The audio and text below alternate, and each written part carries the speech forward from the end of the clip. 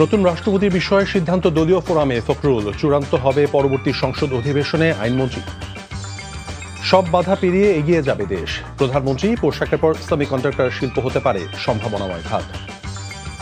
গণভোটের রায় বাস্তবায়ন না হলে লাগাতার আন্দোলন, সিলেটের সমাবেশে 11 দলের নেতাদের হুঁশিয়ারি।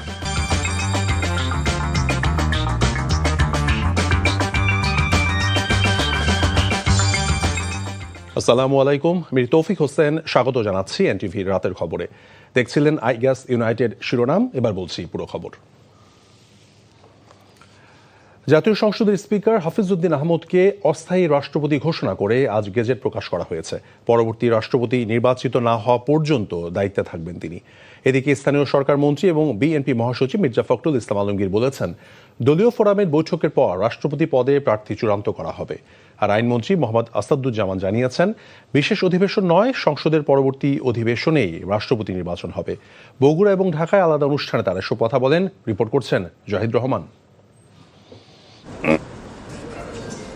শারীরিক অসুস্থতার কারণে শুক্রবার স্পিকারের কাছে পদত্যাগপত্র জমা দেন রাষ্ট্রপতি মোহাম্মদ শাহাবুদ্দিন। সংবিধানের 54 অনুচ্ছেদ অনুসারে স্পিকার হাফিজউদ্দিন আহমদ বীর বিক্রমকে অস্থায়ী রাষ্ট্রপতি ঘোষণা করে শনিবার প্রকাশ করা হয় গেজেট। বগুড়ায় পল্লী উন্নয়ন একাডেমি মিলনায়তনে 36তম বার্ষিক পরিকল্পনা সম্মেলনে অংশ নেন স্থানীয় সরকার মন্ত্রী ও বিএনপি মহাসচিব মির্জা ফখরুল ইসলাম আলমগীর। এ সময় তিনি জানান, দলীয় ফোরামে আলোচনার পর রাষ্ট্রপতি নির্বাচনের বিষয়ে সিদ্ধান্ত নেবে বিএনপি।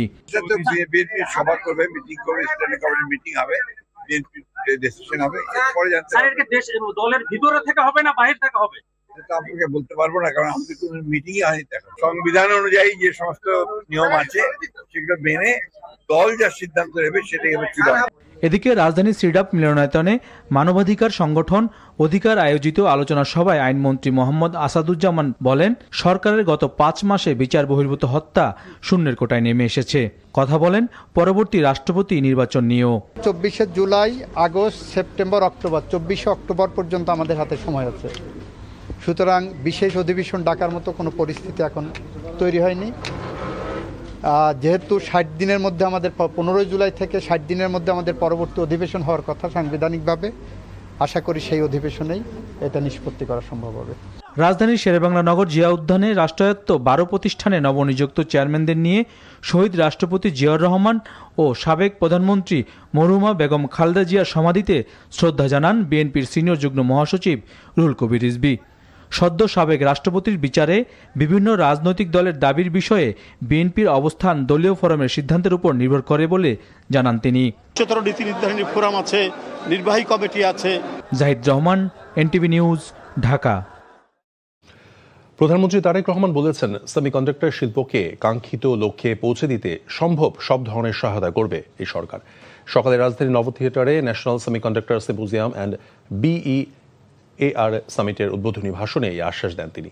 সব বাধা পেরিয়ে দেশকে এগিয়ে নেওয়ার আশ্বাস দিয়ে প্রধানমন্ত্রী বলেছেন, পোশাক শিল্পের পর সেমিকন্ডাক্টর শিল্পই হতে পারে বড় সম্ভাবনাময় খাত। ইফতেখার রেজার রিপোর্ট।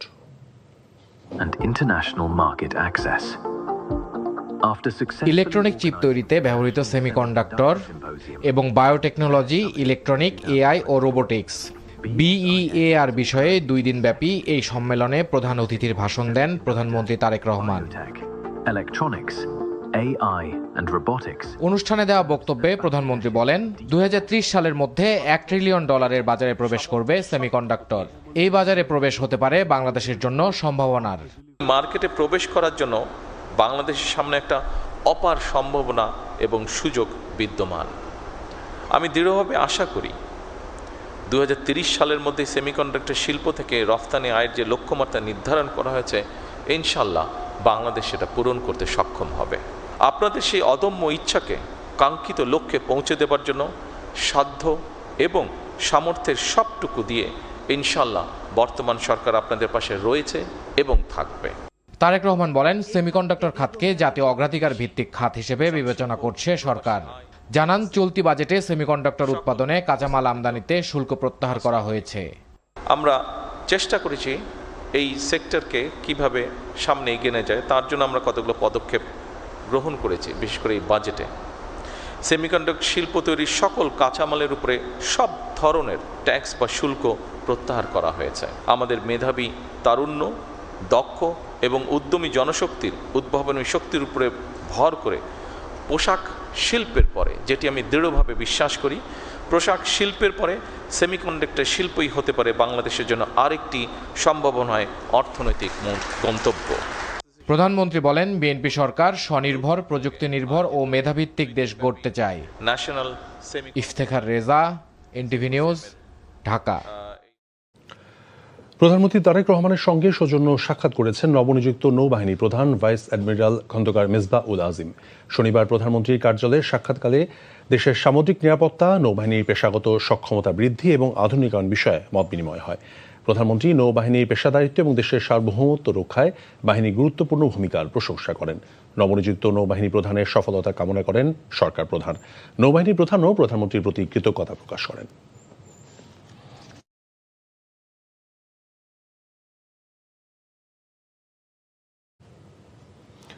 সংসদের বিরোধী দলীয় নেতা এবং জামায়াতে ইসলামের আমির ডাক্তার শফিকুর রহমান অভিযোগ করেছেন, দলীয়করণ এবং দুর্নীতি আবারও ছড়িয়ে পড়ছে। গণভোটের রায় বাস্তবায়ন এবং জুলাইয়ের সনদ মেনে না নিলে বৃহত্তর আন্দোলনের হুঁশিয়ারি দেন তিনি। শনিবার সিলেটে 11 দলীয় ঐক্যের সমাবেশে তিনি এসব কথা বলেন। সিলেট থেকে আনিস রহমানের ক্যামেরায় আরও জানাচ্ছেন সজল ছত্রী। বিভাগীয় সমাবেশ উপলক্ষে তীব্র গরম উপেক্ষা করে খণ্ড খণ্ড মিছিল নিয়ে 11 দলের নেতাকর্মীরা জড়ো হন সিলেট সরকারি আলিয়া মাদ্রাসা মাঠে। দুপুর 2টায় শুরু হওয়া সমাবেশে সভাপতিত্ব করেন এলডিপি সভাপতি অলি আহমদ বীর বিক্রম, এনসিপির আহ্বায়ক ও বিরোধী দলীয় চিফ হুইপ নাহিদ ইসলাম, খেলাফত মজলিসের আমির মাওলানা মামুনুল হক, জাকপা মুখপাত্র রাশেদ প্রধান সহ 11 দলের শীর্ষ নেতারা বলেন, গণভোটের রায় বাস্তবায়ন না হলে সরকার ক্ষমতায় থাকতে পারবে না। এই বিএনপি গত 16 বছর ধরে সংস্কারের মূলা ঝুলিয়ে 31 দফার মূলা ঝুলিয়ে জনগণের সাথে প্রতারণা করেছে। ফলে জনগণের মধ্যে যে নতুন আস্থা তৈরি হয়েছিল, সেই আস্থা তারেক রহমানের সরকার ধরে রাখতে পারবে না।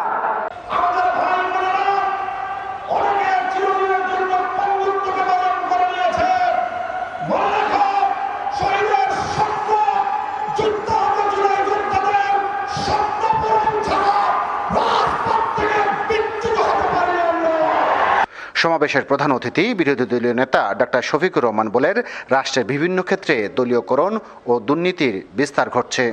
সমাজের সব ক্ষেত্রে তারা বেপরোয়া নির্লজ্জ দলীয়করণ করে দুর্নীতিকে তারা জাতীয়করণ করতে যাচ্ছেন। আমরা মানব না। হাসিনা তাড়িয়েছে, যদি ফ্যাসিবাদ আপনারা কায়েম করেন, আপনাদেরকেও জনগণ তাড়াবে। গণভোটের রায় না মানলে বৃহত্তর আন্দোলনের ডাক দেওয়ার ঘোষণা দেন জামায়াত আমির। গণভোটের গণরায় বাস্তবায়ন করতে হবে। আপনারা উভয়ে ভোট চেয়েছেন, সরকারি দল ভোট চেয়েছেন, বিরোধী দল ভোট চেয়েছেন, আমাদেরকে হা ভোট দিতে বলেছেন, আমরা হা ভোট বিজয়ী করে দিয়েছি। এখন আমাদের হা ভোটের বাস্তবায়ন দেখতে চাই। এখন কোন ধানাই ফালাই মানি না। গণভোটের রায় বাস্তবায়ন, সংবিধান সংস্কার, পলাতক শেখ হাসিনা ও তার সহযোগীদের বিচার দাবিতে বিভাগীয় সমাবেশের আয়োজন করে 11 দল। সজল ছত্রী, এনটিভি নিউজ, সিলেট। কোনোভাবেই কাটছে না দেশ জুড়ে চলা তীব্র গ্যাস সংকট। দিনের পর দিন ধরে চলায় অচল অবস্থার সবচেয়ে বড় ধাক্কা লেগেছে সড়ক পরিবহনে। গ্যাসের চাপ না থাকায় রাজধানী এবং এর আশেপাশের অধিকাংশ সিএনজি ফিলিং স্টেশন এখন পুরোপুরি বন্ধ। আর যে কয়েকটি স্টেশন কোনো মতে চলছে, সেগুলোতে যানবাহনের দীর্ঘ সারি। এদিকে অচিরেই গ্যাস সরবরাহ স্বাভাবিক হবে বলে জানিয়েছেন জ্বালানি প্রতিমন্ত্রী। নাহিদ প্রিন্সের রিপোর্ট। রাজধানীর সড়কগুলোতে সিএনজি চালিত যানবাহনের এমন দীর্ঘ সারি এখন নিত্যদিনের দৃশ্য। ঘন্টার পর ঘন্টা লাইনে দাঁড়িয়েও মিলছে না কাঙ্ক্ষিত গ্যাস। মহেশখালীর এলএনজি টার্মিনালের ত্রুটি যেন স্থবির করে দিয়েছে গোটা রাজধানীকে। দীর্ঘ প্রতীক্ষার পর গ্যাস না পেয়ে চরম ক্ষোভ আর হতাশায় দিন পার করছেন চালক ও পরিবহন শ্রমিকরা। আয় রোজগার কমে যাওয়ায় সংসার চালানোই দায় তাদের। বাইরেছি 9টার দিকে আয় যে গ্যাসের সিরিয়াল মাত্র এই যে 28 টাকার গ্যাস ঢুকছে, 46 টাকার গ্যাস ঢুকে পরে আর গাড়ি চালাইতে রেডি বন্ধ করে দিছি। শুধু লাইনের ভোগান্তি নয়, গ্যাসের অভাবে রাজধানীর বেশ কিছু ফিলিং স্টেশন পুরোপুরি বন্ধ করে দিতে বাধ্য হয়েছেন মালিকপক্ষ। আর যে কয়েকটি স্টেশন কোনো মতে চালু আছে, সেখানেও নেই পর্যাপ্ত প্রেসার। সংশ্লিষ্টরা বলছেন, স্বাভাবিক সময় যেখানে প্রতি বর্গইঞ্চিতে 15 PSI প্রেসারে গ্যাস সরবরাহ করা হতো, সেখানে এখন তা নেমে এসেছে মাত্র 2 PSIতে। আমাদের তো প্রেশার কম, লাইনে চাপ কম, এই জন্য অত ঢোকে না। যার ঢোকার কথা 300 টাকা, তার ঢুকতেছে 100 টাকা। এছাড়াও নারায়ণগঞ্জ সহ দেশের বিভিন্ন এলাকায় এই গ্যাস সংকট তীব্র হচ্ছে। এদিকে কারিগরি ত্রুটির কারণে জাতীয় গ্যাস গ্রিডে যে সাময়িক সমস্যার সৃষ্টি হয়েছে তা দ্রুততম সময়ের মধ্যেই সমাধান করা হচ্ছে বলে জানিয়েছেন বিদ্যুৎ, জ্বালানি ও খনিজ সম্পদ প্রতিমন্ত্রী অনিন্দ্য ইসলাম অমিত। দেশি বিদেশি বিশেষজ্ঞরা এটি কাজ করছে। আমাদের টিম স্ট্যান্ড বাই জ্বালানি বিভাগ তারা ওখানে কাজ করছে। আমরা দ্রুততম সময়ের মধ্যে তার সমাধান করব। একদিকে বাসাবাড়ির হাঁসফাঁস, অন্যদিকে কলকারখানা আর পরিবহনের এই স্থবিরতা কবে কাটবে সেই উত্তর জানা নেই কারোরই। Nahid Prince, NTV news, Dhaka. Dhaka দক্ষিণ সিটি কর্পোরেশনের কমিউনিটি সেন্টার ভাড়া হয়, অনুষ্ঠানও হয়, কিন্তু ভাড়ার টাকা জমা হয় না সরকারি কোষাগারে। তাহলে এই টাকা যাচ্ছে কোথায়? 5 মাস ধরে কর্মকর্তা কর্মচারীরা টাকা আত্মসাতের পর টনক নড়েছে কর্পোরেশনের। তদন্ত শেষে ব্যবস্থা নেওয়ার কথা বলেছেন নগর প্রশাসক। রনি রায়হানের তোলা ছবিতে আরও জানাচ্ছেন নাজিবুর রহমান। ঢাকা দক্ষিণ সিটির বাসিন্দাদের জন্য 32টি সামাজিক কেন্দ্র নামমাত্র মূল্যে ভাড়া দেয় সংস্থাটি। অথচ সেই সরকারি অর্থ তছরূপে নেমেছেন সংশ্লিষ্ট কর্মকর্তারা। অঞ্চল 5-এর গ্যান্ডারিয়া কমিউনিটি সেন্টারে অন্তত 23টি অনুষ্ঠানের ভাড়া সরকারি কোষাগারে জমা দেননি 3 কর্মকর্তা। সিটি কর্পোরেশন পরিচালিত তদন্ত কমিটির প্রতিবেদন বলছে, ডিসেম্বর থেকে মার্চ 131টি অনুষ্ঠানের টাকা জমা হলেও 23টি অনুষ্ঠানের প্রায় 15 লাখ টাকা জমা হয়নি সরকারি তহবিলে। অভিযোগ আছে সহকারী সমাজ কল্যাণ কর্মকর্তা ও কেয়ারটেকার সহ সংশ্লিষ্টরা তা আত্মসাৎ করেছেন। এ ব্যাপারে ব্যাখ্যা চাইতে অঞ্চল 5 কার্যালয়ে গেলে সেখানে ক্যামেরার সামনে কথা বলতে রাজি হননি অভিযুক্ত সাইদুর। এক পর্যায়ে তদন্ত কমিটির অভিযোগ অস্বীকার করেন তিনি। বলছেন, ব্যক্তিগত আক্রোশ থেকেই এমন অভিযোগ। এই অভিযোগটা দিছে সেটা কি আপনার মনে হয় সত্য না? আপনি আপনার বিরুদ্ধে যেহেতু অভিযোগ, আপনি তো জানেন যে আপনার আমরা এটা প্লিজ এই বিষয়টা আপনি নিশ্চয়ই জানেন যে আমাদের এটা আমাদের জনসংযোগ কর্মকর্তা নামে একটা মানে এগুলো এটা বড় ধরনের চলতেছে। আমরা বলছি বলি পাঠা এরা আমার পিছনে বেঁচে গেছে। তুই চাকরি করবি দেখালো, ঠিক আছে ভাই দেখেন। সরকারি অর্থ আত্মসাতের অভিযোগে ব্যবস্থা নেওয়ার কথা জানিয়েছেন প্রশাসক। বলেন, অনিয়ম এড়াতে community centre online booking system চালু করছেন তারা। এগুলো কমিউনিটি সেন্টার যেগুলো ভাড়া হয় ঠিকমতো ভাড়া আমাদের অ্যাকাউন্টে জমা হয় না। এগুলো তদন্ত করে অলরেডি সমস্যা বের হয়েছে।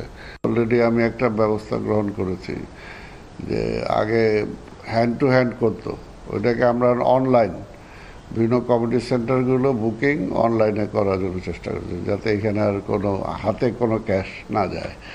2024 সালের 5 আগস্টের পর অস্বাভাবিকভাবে কমতে থাকে রাজস্ব আদায়। এর প্রেক্ষিতে সবকটি সামাজিক কেন্দ্র নিয়ে তদন্ত করে DSCC. Najibur Rahman, NTV news, Dhaka. জুলাইকে কোনো রাজনৈতিক বা ব্যক্তি স্বার্থে ব্যবহার করা উচিত হবে না বলে মন্তব্য করেছেন প্রধানমন্ত্রীর প্রতিরক্ষা বিষয়ক উপদেষ্টা অবসরপ্রাপ্ত ব্রিগেডিয়ার জেনারেল শামসুল ইসলাম। রাওয়া আয়োজিত ফিরে দেখা জুলাই 2024 অনুষ্ঠানে তিনি কথা বলেন। জুলাই নিয়ে যেন কোনো প্রকার বিতর্ক তৈরি না হয় সে বিষয়ে সবাইকে সতর্ক থাকার আহ্বান জানান জুলাই শহীদদের স্বজন এবং আহতরা। নজরানা চৌধুরীর রিপোর্ট। তোমার জন্য আপত্তি নাই অথই সাগর পাড়ি, যুদ্ধ হলে আবার আমি যুদ্ধে যেতে পারি। 24-এর জুলাই আন্দোলনে ছাত্র জনতার সাথে যোগ দিয়েছিল অবসরপ্রাপ্ত সেনা সদস্যরা, যা সেই সময় আন্দোলনে নতুন মাত্রা যোগ করে। তুমি আমার রক্ত স্রোতে দারুণ গরিমা। জুলাই আন্দোলনের 2 বছর পূর্তি উপলক্ষে রাওয়া আয়োজন করে ফিরে দেখা জুলাই 2024, যেখানে যোগ দেন জুলাই শহীদদের পরিবারের সদস্য এবং জুলাই যোদ্ধাগণ। জুলাইয়ের চেতনা ধীরে ধীরে ম্রিয়মান হচ্ছে বলে এ সময় অভিযোগ করেন তারা। আপনারা যেভাবে জুলাইতে সকল কিছু নিয়ে নেমে এসেছিলেন, আবারও সকল কিছু নিয়ে নেমে আসেন এই শহীদ পরিবার এবং আহতদের পাশে দাঁড়ানোর জন্য। জুলাইকে যদি আমরা স্বীকৃতি দিতে চাই, পদাধিকার বলে দেশের প্রধানমন্ত্রী জুলাই স্মৃতি শহীদ ফাউন্ডেশনের চেয়ারম্যান সবসময় থাকবে। আমি চেয়েছিলাম সমাজের মাধ্যমে আমি পরবর্তী বাংলাদেশটা দেখবো আসলে। আমার দেখাটা আর হয় না। অনুষ্ঠানে উপস্থিত প্রধানমন্ত্রীর প্রতিরক্ষা বিষয়ক উপদেষ্টা বলেন, জুলাইকে অবজ্ঞা করে দেশকে এগিয়ে নিয়ে যাওয়া সম্ভব নয়। মুক্তিযুদ্ধ ও জুলাইয়ের চেতনাকে ধারণ করে সংবিধান মেনে বাংলাদেশ সশস্ত্র বাহিনী নিজেদেরকে আরও যুগোপযোগী করে গড়ে তুলবে বলেও আশাবাদ ব্যক্ত করেন তিনি। ভবিষ্যৎ আমাদের সশস্ত্র বাহিনীকে কোনো দলীয় সংকীর্ণ রাজনৈতিক হাতিয়ার হিসেবে ব্যবহার করতে দেওয়া হবে না। জুলাইয়ের সেই ত্যাগ এবং সাহসের শিক্ষা আমাদের এই অঙ্গীকারকে আরও সুদৃঢ় করেছে। জুলাইয়ের চেতনা কোনো রাজনৈতিক বা ব্যক্তিগত স্বার্থে ব্যবহার করা উচিত নয়। মেজর সিনহা হত্যা মামলার রায় দ্রুত কার্যকর করার জন্য সরকার কাজ করছে বলেও জানান প্রধানমন্ত্রীর এই উপদেষ্টা। নজরানা চৌধুরী, এনটিভি নিউজ, ঢাকা। ছাত্র জনতার সাথে মিলে পেশাজীবীরা রাস্তায় নেমে জুলাই গণঅভ্যুত্থানের মধ্য দিয়ে দেশে গণতান্ত্রিক সরকার প্রতিষ্ঠা করেছেন। তাদের যৌক্তিক চাওয়া পূরণে সরকার বাধ্য। বিএনপি ভাইস চেয়ারম্যান শামসুজ্জামান দুদু এমন মন্তব্য করেছেন। দুপুরে রাজধানী ডিপ্লোমা ইঞ্জিনিয়ার্স মিলনায়তনে আয়োজিত রক্তাক্ত জুলাই এবং পেশাজীবীদের অবদান শিরোনামে আলোচনা সভায় তিনি আরও বলেছেন, একটি জাতির জন্য দুটি গণঅভ্যুত্থান বিরল ঘটনা। একটি মুক্তিকামী জাতি হিসেবে আমাদের গৌরবের বিষয়। এ সময় বিদ্যুৎ খাতে চলমান নানা সমস্যা এবং পেশাজীবীদের বিভিন্ন দাবি সরকারকে অবহিত করার আশ্বাস দেন বিএনপির ভাইস চেয়ারম্যান। স্বাস্থ্যমন্ত্রী সর্দার মোহাম্মদ সাখাওয়াত হোসেন বলেছেন, বিগত ফ্যাসিস্ট সরকারের আমলে দুর্নীতি অনিয়মের কারণেই স্বাস্থ্য খাত ভেঙে পড়েছে। সকালে বাগেরহাটের মোড়লগঞ্জে 50 শয্যা উপজেলা স্বাস্থ্য কমপ্লেক্স পরিদর্শন শেষে সাংবাদিকদের তিনি এসব কথা বলেন। মন্ত্রী হাসপাতালের টয়লেট এবং স্টোর রুমে লাখ লাখ টাকার ওষুধ নষ্ট হওয়ার ক্ষোভ প্রকাশ করেন। তিনি বলেন, দেশের দরিদ্র মানুষ প্রয়োজনীয় ওষুধ পায় না, অথচ এখানে মেয়াদোত্তীর্ণ ওষুধ পড়ে রয়েছে। দোষীদের বিরুদ্ধে প্রয়োজনীয় ব্যবস্থা নিতে সিভিল সার্জন সহ সংশ্লিষ্ট কর্মকর্তাদের নির্দেশ দেন মন্ত্রী। পরে শরণখোলা এবং বাগেরহাট সদর হাসপাতাল পরিদর্শনে যান স্বাস্থ্যমন্ত্রী।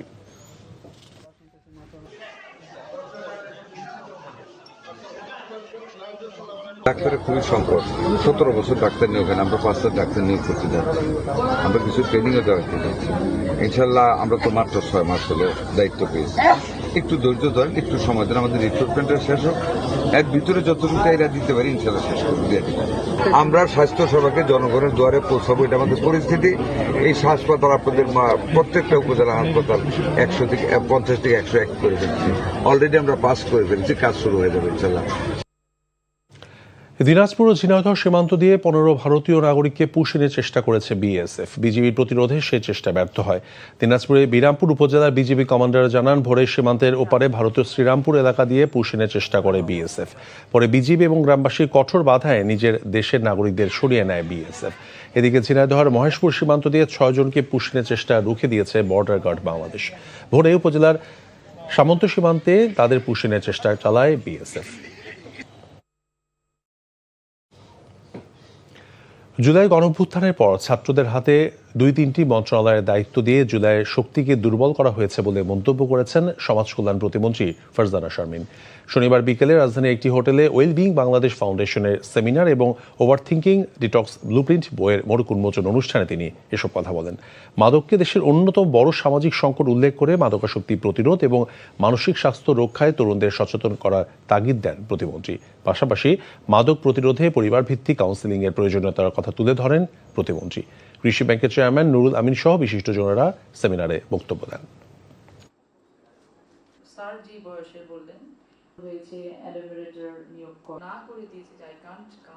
আমরা নিজের হাতে আমাদের সন্তানদেরকে অত্যন্ত চমৎকার একটি ফোর্সকে আমরা নষ্ট করেছি ফর আওয়ার ইন্টারেস্ট। যারা চেয়েছি এরা নষ্ট হয়ে যাক, যারা চেয়েছি আর কোনোদিন বাংলাদেশে অভ্যুত্থান না হোক, যারা চেয়েছি আর কোনোদিন ইয়াং জেনারেশন ইমোশন নিয়ে পথে না নামুক, এবং সাকসেসফুলি তারা করতে পেরেছে। আমি ওই সময় যখন টকশোতে কথা বলতাম, আমি খুব আফসোস নিয়ে কথাটা বলতাম যে আমরা এই জেনারেশনটাকে প্রিজার্ভ করতে পারতাম, আমরা করিনি। প্রকৃত সাংবাদিকদের নিবন্ধন না হলে অপসাংবাদিকতা রোধ করা সম্ভব নয় বলে মন্তব্য করেছেন ঢাকা রিপোর্টার্স ইউনিটি ডিআরইউ এর সভাপতি আবু সালে আকন। সকালে ডিআরইউ মিলনায়তনে বেসরকারি টেলিভিশন চ্যানেলের চিফ রিপোর্টারদের সঙ্গে মত বিনিময়ে তিনি কথা বলেন। আলোচনায় বক্তারা বলেন, ফেসবুক সাংবাদিকতা বা ভুইফোর সাংবাদিকদের দৌরাত্ম্য ঠেকাতে ডিআরইউ সহ সাংবাদিক সংগঠনগুলোকে ভূমিকা রাখতে হবে। ডিআরইউ এর সদস্যপদ দেওয়ার ব্যাপারে রাজনৈতিক পরিচয় বিবেচনায় না নেওয়ার আহ্বান জানান জ্যেষ্ঠ সাংবাদিকরা। ওয়েস্ট বোর্ড না থাকায় টেলিভিশন সাংবাদিকদের বেতন ন্যূনতম 35,000 করতে মালিকদের প্রতি আহ্বান জানান ডিআরইউ সভাপতি।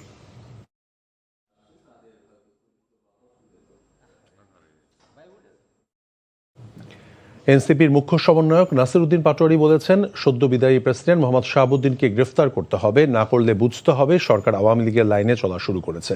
ময়মনসিংহের হালুয়াঘাট উপজেলায় এনসিপির জুলাই পদযাত্রার অনুষ্ঠানে তিনি কথা বলেন। আমাদের চুপ্পু যে আছে, তারেক রহমান তাকে বগল দাদা করে রাখিয়া দিছিল। এখন দেখছে যে বগলের নিচে একটা হলো গোখরা সাপ নিয়েছে, এই জন্য হলো গোখরা সাপকে ফালাইয়া দিছে। তবে এই গোখরা সাপের বিষ দাঁত ভেঙে দিতে হবে, যাতে ভবিষ্যতে আমাদেরকে আর কামড় না দিতে হবে। এই জন্য অবিলম্ব হলে চুপ্পুকে গ্রেপ্তার করতে হবে। যদি সরকার গ্রেপ্তার করে না করে, তাহলে বুঝে নিব সরকার আর আওয়ামী লীগ এক লাইনে চলা শুরু করছে। বাংলাদেশ ব্যাংকের উদ্যোগে ক্যাশলেস বাংলাদেশ বিনির্মাণে সচেতনতা বাড়াতে রাজধানীর বাইতুল মোকাররম মার্কেটে এবং আশেপাশের এলাকায় বাংলা কিউআর সম্পর্কিত সচেতনতামূলক কার্যক্রম চালিয়েছে আইএফআইসি ব্যাংক পিএলসি। শনিবার মসজিদ মার্কেট এলাকায় বেলুন উড্ডয়নের মধ্য দিয়ে IFIC bank Bangla QR booth উদ্বোধন করা হয়।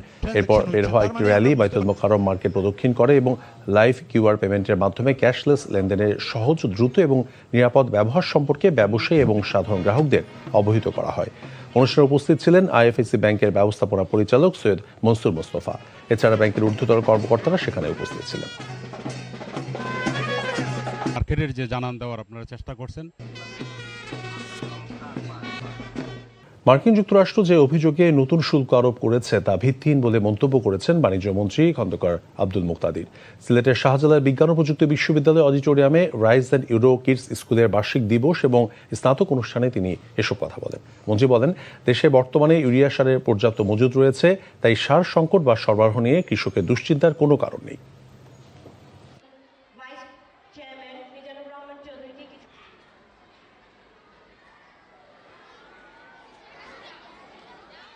যে অভিযোগের উপর ভর করে এটি করা হয়েছে সেই অভিযোগটার কোনো ভিত্তি নাই। এখন যে শুল্কটা ধার্য করা হয়েছে সেটা সেই একই পরিমাণ। তার মানে এই গতকাল যে অবস্থা ছিল এবং আগামীকাল যে শুল্কের পরিস্থিতি, সেটা সংখ্যাগত কোনো তারতম্য নাই। সাফের শিরোপা পুনরুদ্ধারের সুবর্ণ সুযোগ দেখছেন বাংলাদেশের দুই ফুটবলার তপু বর্মন ও শেখ মোরসালিন। ঘরের মাটিতে খেলা আর নিজেদের দল নিয়ে আত্মবিশ্বাসী তারা। এদিকে ঘরের মাটিতে প্রথম প্রতিযোগিতামূলক টুর্নামেন্ট নিয়ে রোমাঞ্চিত বাংলাদেশের কোচ টমাস ট্রুলি। নভেম্বর অনুষ্ঠিত হতে যাওয়া সাফের লোগো উন্মোচন অনুষ্ঠানে এ কথা বলেন তিনি। মমিনুর রিপনের রিপোর্ট। লোগো উন্মোচনের মাধ্যমে উন্মাদনা শুরু হয়ে গেল সাফের 15তম আসরের। আগামী 4 থেকে 17 নভেম্বর ঢাকায় অনুষ্ঠিত হবে দক্ষিণ এশিয়ার এই মর্যাদাপূর্ণ টুর্নামেন্ট। 2003 সালের পর সাফের মুকুটটা আর ছুঁয়ে দেখা হয়নি বাংলাদেশের। 2009 ও 18 সালে আয়োজক হলেও গ্রুপ পর্বই পার হতে পারেনি লাল সবুজের দল। তবে এবার শিরোপা পুনরুদ্ধারের জন্য সবচেয়ে ভালো সুযোগ দেখছেন জাতীয় দলের ফুটবলাররা। প্লেয়ারগুলো আরও বেশি সিনসিয়ার হবে, সবাই আর ট্রেনিং আরও মনোযোগ দিবে।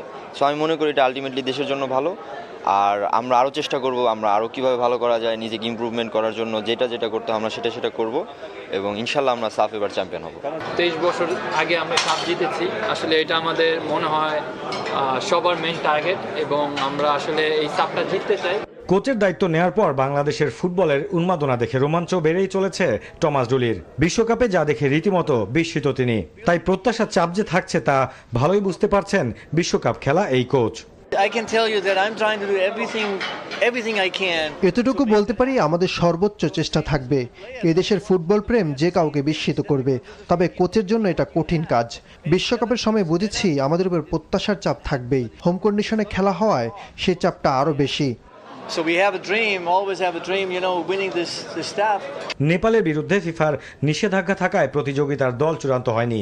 নির্ধারিত সময়ের আগে নিষেধাজ্ঞা না উঠলে 6 দল নিয়েই অনুষ্ঠিত হবে এবারের আসর। 1 আগস্ট ভুটানে হবে টুর্নামেন্টের draw. Mominur Ripon, NTV news, Dhaka. খবর শেষ করছি, তবে যাবার আগে আই গ্যাস ইউনাইটেড শিরোনামগুলো বলছি আরও একবার। নতুন রাষ্ট্রপতি বিষয়ে সিদ্ধান্ত দলীয় ফোরামে ফখরুল, চূড়ান্ত হবে পরবর্তী সংসদ অধিবেশনে আইনমন্ত্রী। সব বাধা পেরিয়ে এগিয়ে যাবে দেশ, প্রধানমন্ত্রী। পোশাকের পর সেমিকন্ডাক্টর শিল্প হতে পারে সম্ভাবনাময় খাত। গণভোটের রায় বাস্তবায়ন না হলে লাগাতার আন্দোলন, সিলেটের সমাবেশে 11 দলের নেতাদের হুঁশিয়ারি। এই ছিল রাতের খবরের। এই খবরের ভিডিও সহ আপডেট জানতে ভিজিট করুন এনটিভি অনলাইন www.ntvbd.com। এছাড়াও এনটিভির জনপ্রিয় সব অনুষ্ঠান এবং খবরের আপডেট জানতে ভিজিট করুন আমাদের ইউটিউব এবং ভেরিফাইড ফেসবুক পেজ। রাত 1টায় মধ্যরাতের খবর দেখার আমন্ত্রণ রইল। ধন্যবাদ সবাইকে, শুভরাত্রি।